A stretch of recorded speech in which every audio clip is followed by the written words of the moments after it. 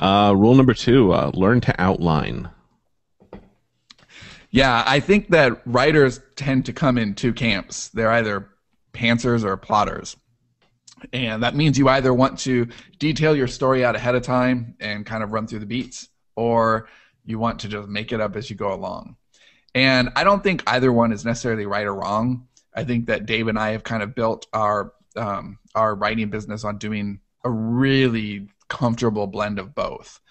Um, when I first started writing, I was a 100% pantser because that totally fits my personality. I didn't like homework growing up. I didn't like the idea of outlining. I still don't. I do it because it's a necessary evil and it helps me do other things faster. But when I first started writing, I read Stephen King's on writing, and I just love the way he approaches the craft, which is, he's real folksy and oh yeah, the story. I don't even write the story. I just make it up. And I know he doesn't talk like this, but this is the best I got. I just make it up. I see the story there in the ground and I pick it up and dust it off with my fossil brush. And I love that. I love the idea that the story is there. You just have to find it by writing. And the first book that I ever wrote, I totally did that. It's a 600-page manuscript, and I would literally write, and I had no idea what was coming on the next page. And that was so much fun, and it taught me that I could sit in a chair for 4 months and write a book. And that meant everything to me. I wouldn't be here now if it wasn't for that. So if somebody told me 5 years ago that you can't write without outlining, I never would have started writing because I hate the idea. But that first book that's 600 pages is terrible, and it's not readable to anyone but me. So it's a doorstop. It is. I mean, it's nuts. It's absolute nuts. It's just sitting there. It doesn't even. Oh wait, hold on. I'll be right back. Oh boy, he's going to get it from the door. Yeah, I just found this the other day actually because I was looking for something else. I'm so excited. Oh my god. It's a box. This is my first book. Holy crap. All right. Yeah. And it's just terrible. It really is the worst thing. But I was so excited for the fireplace. No, I'm really proud of it because you got to hold on to that and sell it when you're like super famous. Well, I'm proud of it because it taught me to write, and I really wrote it for Cindy because she had told me for a long, long time that I could write, and I didn't buy it, I didn't believe it, and that was the proof. Even though it's terrible, there were some parts that weren't, and that was enough, But now we're at such a level of production that it would be impossible to do what we do if we were just making stuff up as we went along, right? I mean, it just would. We have to at least know our beats. We have to know what our endings are, what we're driving toward, what our character motivations are for.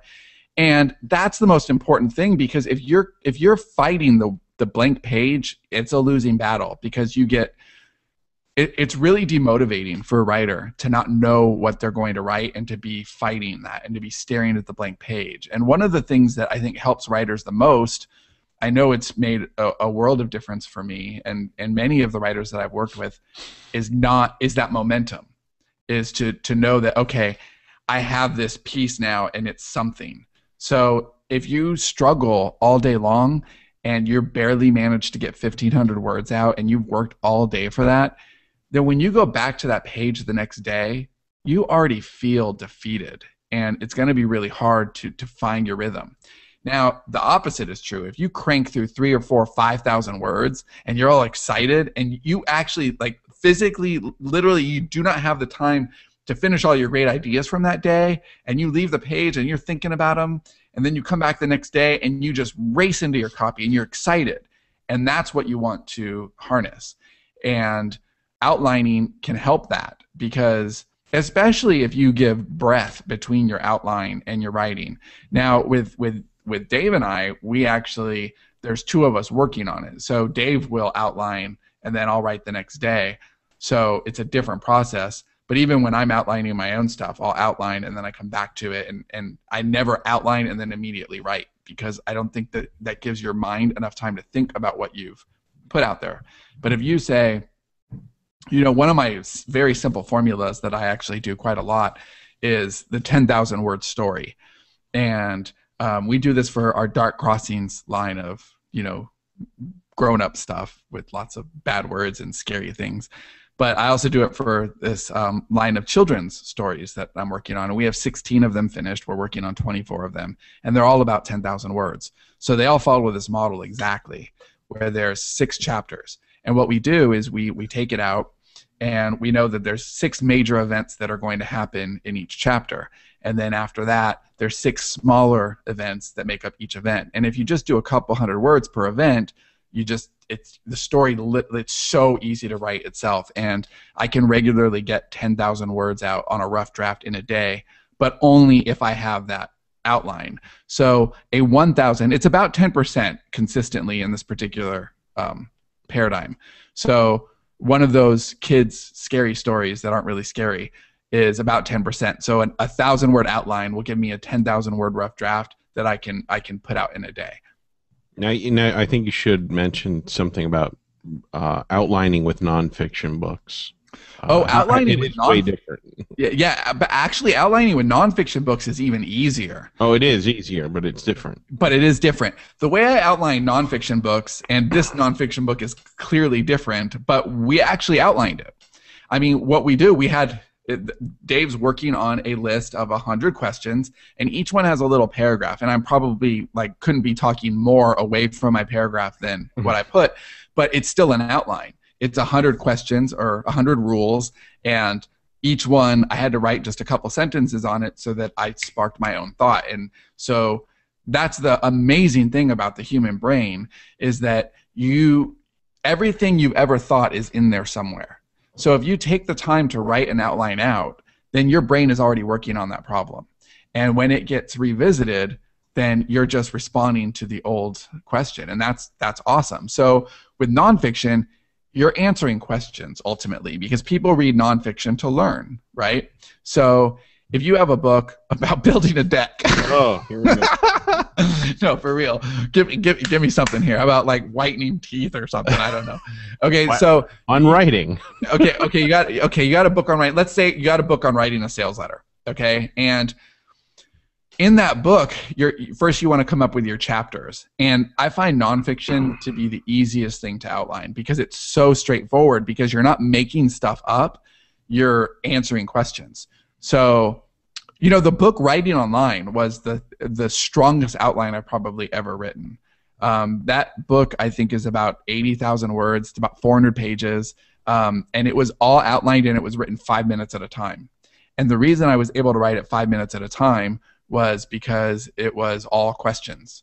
And I think that's so easy. I did a lot of that. Literally, it would be 5 minutes till dinner. Okay, honey, I'll be there in 5 minutes, and I would literally just knock out one more section of the book because I could.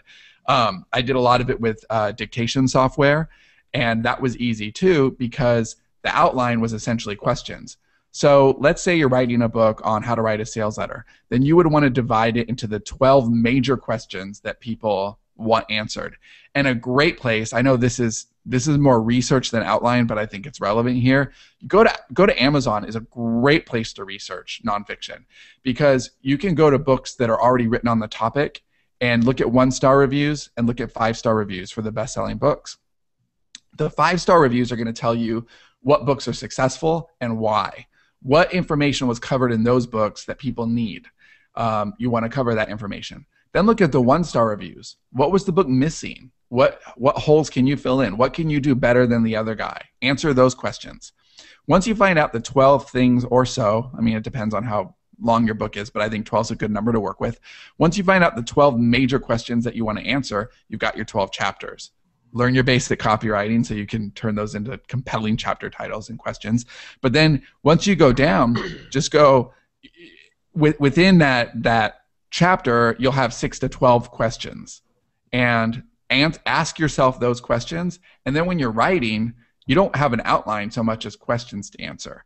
And, we'll get into this in the writing fast part, but that's a great way to write fast, because we all think of writing as something that's hard or takes a long time or, can be really laborious, but none of us has a very difficult time answering emails. if somebody asks us a question in an email and it's our field of expertise, it's our niche topic, we can answer that email very quickly. So that's the kind of rhythm that you want in your own stuff. You want to be able to answer quickly by laying out your questions like that.